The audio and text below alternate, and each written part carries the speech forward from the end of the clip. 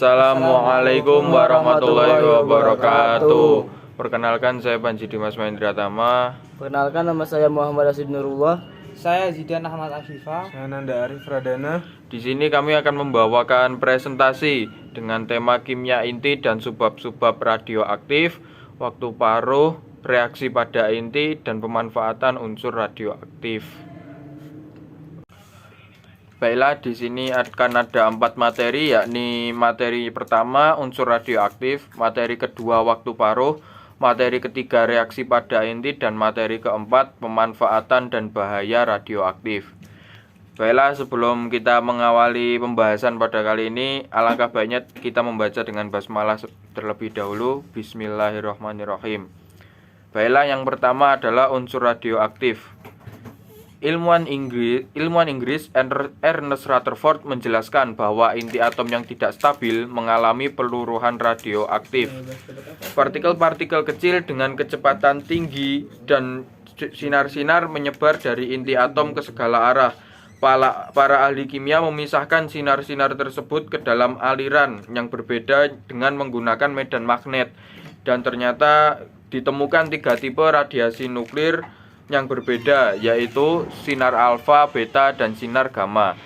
Sinar alfa, radiasi ini terdiri dari seberkas sinar partikel alfa, terdiri dari partikel-partikel yang bermuatan positif dengan muatan plus 2 dan massa atom 4. Partikel ini memiliki daya tembus yang rendah, dan ternyata ketika dibelokkan dengan medan magnet, sinar alfa ini akan berbelok ke medan positif, ke medan negatif, dikarenakan sinar alfa ini memiliki muatan positif.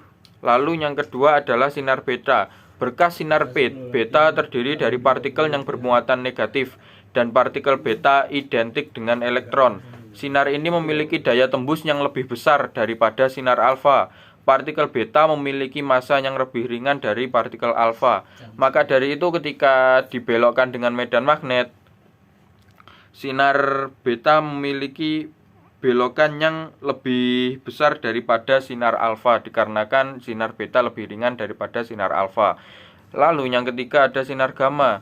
Proses pemancaran partikel alfa dan beta akan menyebabkan inti menjadi berada dalam keadaan energetik, sehingga inti selanjutnya kehilangan energi dalam bentuk radiasi elektromagnetik, yaitu sinar gamma.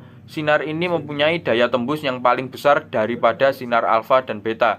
Jadi ketika dibandingkan, sinar alfa tidak bisa menembus kertas, sedangkan sinar beta masih bisa menembus kertas, namun tidak bisa menembus logam-logam seperti platina dan juga timbal. Sedangkan sinar gamma bisa menembus logam-logam berat seperti platina dan juga timbal. Lalu, di antara sifat-sifat dari unsur radioaktif ialah 1. Dapat mengalami peluruhan radioaktif. 2. Dapat mengalami pembelahan yang spontan. 3. Dapat mengalami transmutasi inti. Dan yang keempat, massa suatu inti lebih kecil daripada jumlah massa proton dan neutron dari unsur radioaktif. Oke, yang selanjutnya adalah waktu paruh atau half time. Nah, waktu paruh sendiri itu sering disimbolkan dalam persamaan matematika, yaitu T/2 atau T setengah. Nah, waktu paruh itu sendiri adalah waktu yang diperlukan untuk setengah dari jumlah awal suatu zat radioaktif meluruh dapat menjadi zat yang stabil atau zat lain yang terbentuk dalam proses peluruhan radioaktif tersebut. Kemudian, waktu paruh itu sendiri tidak bergantung pada jumlah awal zat radioaktif, akan tetapi merupakan karakteristik yang spesifik untuk setiap zat radioaktif tertentu. Hal ini berarti bahwa dalam waktu paruh yang sama, setengah dari jumlah awal zat radioaktif akan meluruh meskipun tidak peduli berapa jumlah dari zat tersebut pada awalnya. Materi yang selanjutnya adalah reaksi inti. Reaksi inti memiliki beberapa perbedaan dan persamaan dengan reaksi kimia. Persamaannya yaitu, yang pertama, ada kekekalan muatan dan massa energi. Persamaan yang kedua, mempunyai energi aktivasi.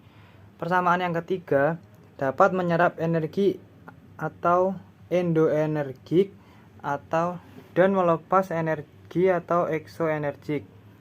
Lalu selanjutnya adalah perbedaan reaksi kimia dengan reaksi inti. Di antaranya yaitu yang pertama, nomor atom berubah. Perbedaan yang kedua, pada reaksi endoenergik, jumlah materi hasil reaksi lebih besar daripada pereaksi. Sedangkan pada exoenergik, sebaliknya. Perbedaan yang ketiga, jumlah materi dinyatakan per partikel, bukan per mol. Kemudian, reaksi fisi dan reaksi fusi. Reaksi fisi adalah proses perpecahan atau pembelahan inti atom berat menjadi dua inti atom yang lebih kecil. Proses ini biasanya dipicu oleh penyerapan neutron. Kemudian reaksi fusi. Reaksi fusi adalah proses penggabungan inti atom ringan menjadi inti atom yang lebih berat. Dalam reaksi fusi, dua atau lebih inti atom yang ringan seperti isotop hidrogen bergabung untuk membentuk inti atom yang lebih erat. Reaksi fusi terjadi pada suhu dan tekanan yang tinggi atau ekstrim, seperti inti bintang atau reaktor fusi. Selanjutnya materi yang terakhir yaitu tentang manfaat dan bahaya. Manfaatnya yang pertama yaitu teknik Prunut. Teknik Prunut dapat dipakai untuk mempelajari mekanisme sebagai reaksi kimia. Misal pada reaksi esterifikasi dengan oksigen 18 dapat diikuti reaksi antara asam karboksilat dan alkohol. Lalu yang kedua yaitu menentukan tempat tumor di otak. Radioisotop fosfor dapat dipakai untuk menentukan tempat tumor di otak. Yang ketiga yaitu iradiasi untuk pengawetan makanan. Iradiasi ini juga dapat mencegah pertumbuhan bakteri dan jamur. Selanjutnya yang terakhir yaitu pengukuran usia bahan organik. Umur bahan yang mengandung karbon dapat diperkirakan dari keaktifan jenisnya dan waktu paruh 5.730 tahun. Selanjutnya yaitu bahaya unsur radioaktif. Penggunaan unsur radioaktif juga tidak dapat dikatakan sedikit, seperti anemia, mutagenesi, dan bahkan akan berbahaya jika terjadi kecelakaan pada reaktor nuklir, karena radiasi yang diciptakan dari unsur radioaktif bisa bertahan hingga ratusan bahkan ribuan tahun.